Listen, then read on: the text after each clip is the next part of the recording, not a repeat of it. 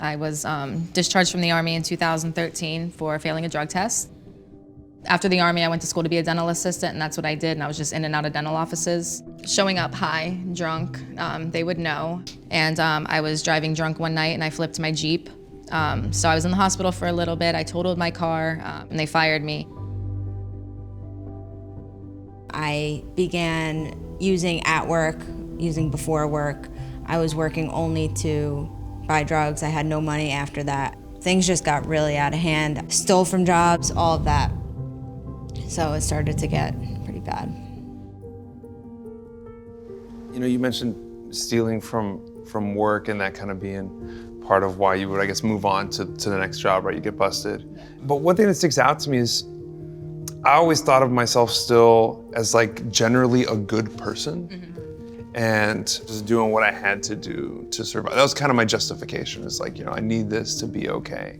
What were some of the justifications that you guys would use for yourselves, you know, on why, you know, you could steal or show up high? I did think of myself as a good person, I really did. And I was a good person, I just had a really bad habit that I didn't care about anything else other than getting high, and I didn't really think of consequences. There was nothing to rationalize for me because there was no other choice. I had no choice but to use at that point in my life.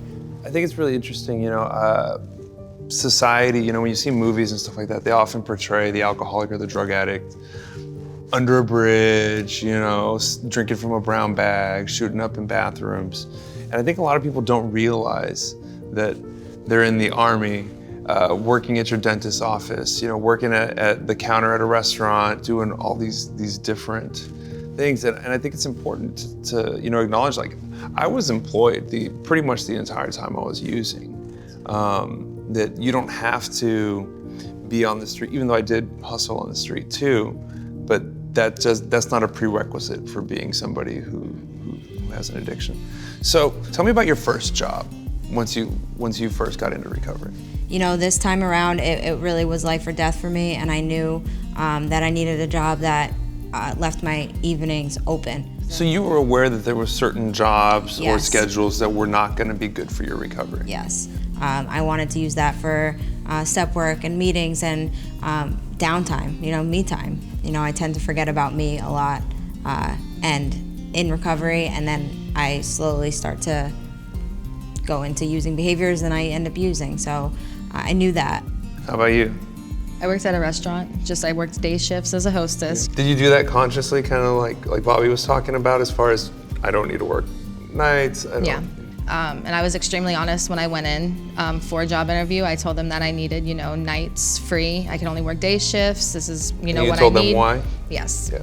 How did they respond to that? You know, when you were like, hey, I'm a drug addict and I just got sober and I can't work at night. They appreciated it. They appreciated the honesty. They were happy to work with me. They were happy to like work with my schedule, and I was finally able to, you know, get back into my trade and start dental assisting again. I think that's really interesting, you know, that you were able to be open with the general manager, and that, you know, they gave you an opportunity and appreciated your honesty. Have you ever felt any kind of like stigma at work, or felt as though you were treated differently because of your history of addiction? For the most part, I am honest about it because I feel like being honest about it only helps me. In recovery, I got certified to work with autistic children. To do so, I had to disclose things about my past that I didn't necessarily want. I was afraid of the stigma.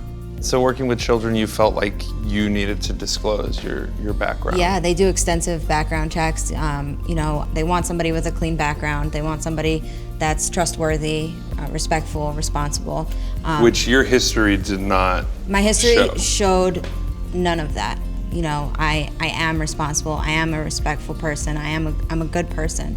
You know, just drugs took that from me for so long. You got clean, you got sober, and then you started working as a dental assistant. How was that, being able to do that clean and sober? You know, like she said, I went in there honest and open. I was working with children at a dental office. During the interview, I let them know like why I was here in Florida, where I came from, you know, where I've come as a person. I think that they see just a little bit of my character during those interviews and when they speak to me, and I'm not that person. And a lot of times you get comments like, oh, I would have never have known that you were this or you were that or you've done that. And it's just, you know, we're total opposites today. I think it's important for people to hear that, right? Because there's that stigma, right? And I think it's so funny because when we're using, everybody knows we're getting high. And you know, and we're not afraid to show up to work, you know, loaded and all that kind of stuff. But then we get sober or we get into recovery and there starts to be that fear of like, what if they know that I used to do this, right? But I think it's important to hear that both of you guys were open and honest with employers and still got hired, right? I think that's really kind of amazing, and I think it's important for people to know that you can do that and not worry that you're not going to get a job. Both of you guys now work in recovery. You know, you've dedicated your lives to helping other people recover from addictions. What do you like about that? Like, what's your favorite thing about what you do now? What do you do now? I'm the senior alumni coordinator at Recovery Unplugged. My favorite thing about working Alumni is watching the light go on in other addicts, seeing them come in just broken, hopeless, and then all of a sudden a few months down the road, they're totally different people. Another one of my favorite things is having clients give me a really hard time when they're out there struggling and telling me to go F myself and all these things, and you know, and then them getting clean and sober again and like thanking me and just saying, you know, thank you for not giving up, thank you for believing in me, because I didn't believe in myself, you know, and that's why I continue to show up for work every day, and that's why I love doing this. I wouldn't have it any other way. So right now I am an alumni coordinator at Recovery Unplugged. My favorite things about the job, you know, are she put it perfectly. And to watch these people like come in like just like shells of a human being, and like, you know, the light and the hope comes back into their eyes, and you see the willingness, and they, you know, they're not sick and detoxing anymore, and they start to show up for themselves, and they start to believe that they can do it, and I love that. With both you guys working with alumni, do you guys ever see alumni, you know, people who are in early recovery who are struggling to find work, to get into the job market? Yes. I think it's a lack of confidence. I truly believe, regardless of background, regardless of how you might look on the outside, if you go in confident and you believe in yourself, you can get a job. I know for me, like I wanted everything now, you know. I didn't want to wait. I didn't want to start from the bottom. I didn't want to do all that. But we have to. You know, this is a journey. It's just being patient, being humble, and taking what you can get. Part of what I love about recovery is that there's always room for more growth.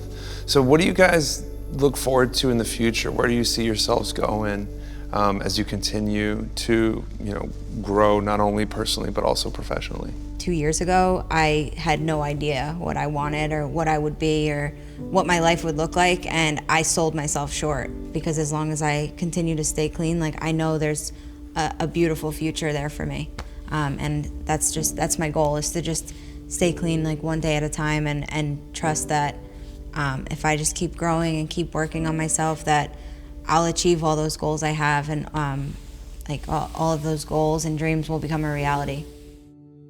My name is Bobbi, and I've been clean for 23 months. I really love being like involved with clients, and I love being involved with their families. So I don't know if I'll always, you know, stay in the position that I'm in now, but I would like to continue to grow with the company. You know, this place did save my life.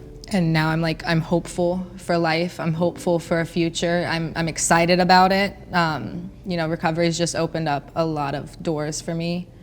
And it's like the first time ever in my life that I've been like really excited to see what happens, you know, because I know it's gonna be good. My name's Jessica, and I've been clean for 16 and a half months.